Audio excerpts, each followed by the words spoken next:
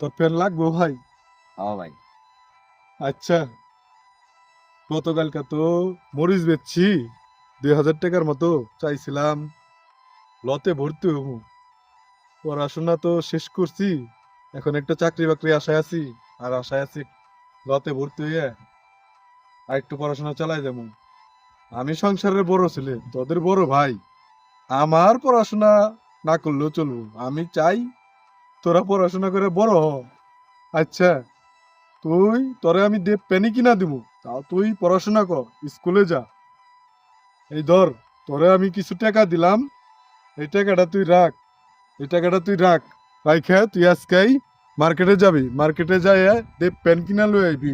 আইসা আমি জানি তোরে বাড়ি যায় দেখি তুই স্কুলে গেছস। তুই জানি পড়াশোনায় মন দে, পড়াশোনায় মন দিবি তো ভাই? ও ভাই, দিমু ভাই। আচ্ছা ঠিক আছে, তাহলে যাও ভাই, আমি কাজ করি।